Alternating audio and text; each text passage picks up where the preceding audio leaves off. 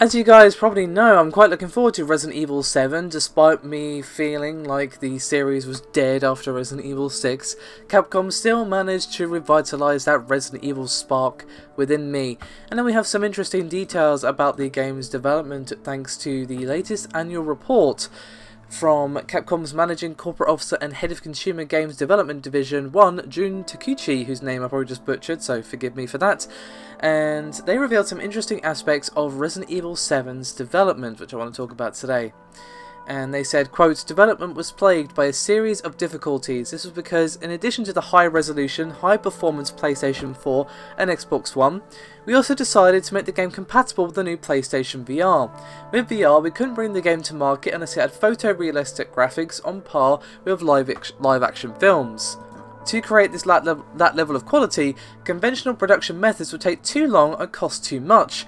Thus, we had to rethink the way we make games in order to carry out asset-based graphic and 3D model elements development, which is globally the mainstream. We began developing our new RE engine. To produce those assets, we adopted 3D scanning, facilitating instant data creation by recording subjects in 360 degrees with one shot. Beyond that, we steadily increased the precision of our VR technologies, which was a new challenge for us altogether. At first, the development team members were understandably anxious as we were simultaneously taking on some non-conventional processes. However, as the completed products began to take shape, the team became energized." So, as we probably would have suspected, given the new look of the game from the game demo and the trailers and everything else that has been revealed about this game, it does use a new engine, that RE engine, and that is something I want to talk about a little bit more. And thankfully we do have some comments later in the port from the lead programmer of the technology section, Tomofumi Ishida, and they said, quote, "Up until now, Capcom had built MT Framework, an innovative proprietary development engine used to make high quality games. However, conventional engine specs were insufficient for bringing the realistic world pursued by creators in Resident Evil 7 Biohazard to life. Thus, this time, we ended up simultaneously working on the development of both the game and the new RE engine. The main feature of the RE engine is its ability to dramatically reduce the time required for various game development processes. For example, the time required to test program changes has been reduced by 90%, and materials made separately by creators can be combined in real time, which enables them to be used to instantly create other materials. This engine also supports the higher resolution graphics required for VR capability at a rate of 60 frames per second. We faced numerous difficulties in trying to make these features a reality, however, the team pulled together as one to make it happen." Which all sounds actually really interesting, and it seems like Capcom took on quite the challenge by not only developing a new game but also developing a whole new engine, because of course not only did they want to improve the graphics and go for this whole photorealistic look, which, you know, they still have a style, but, you know, it is a pretty nice graphic style, pretty nice level of fidelity, but also going for VR as well. It was certainly the challenge for Capcom, but it seems they've risen to it from what we've seen so far. Of course, whether or not the whole game is good, well, we're going to have to wait until January to find that one out, unfortunately, but it is looking promising. But of course, the last thing that is most interesting here is, of course, the virtual reality aspect of Resident Evil 7.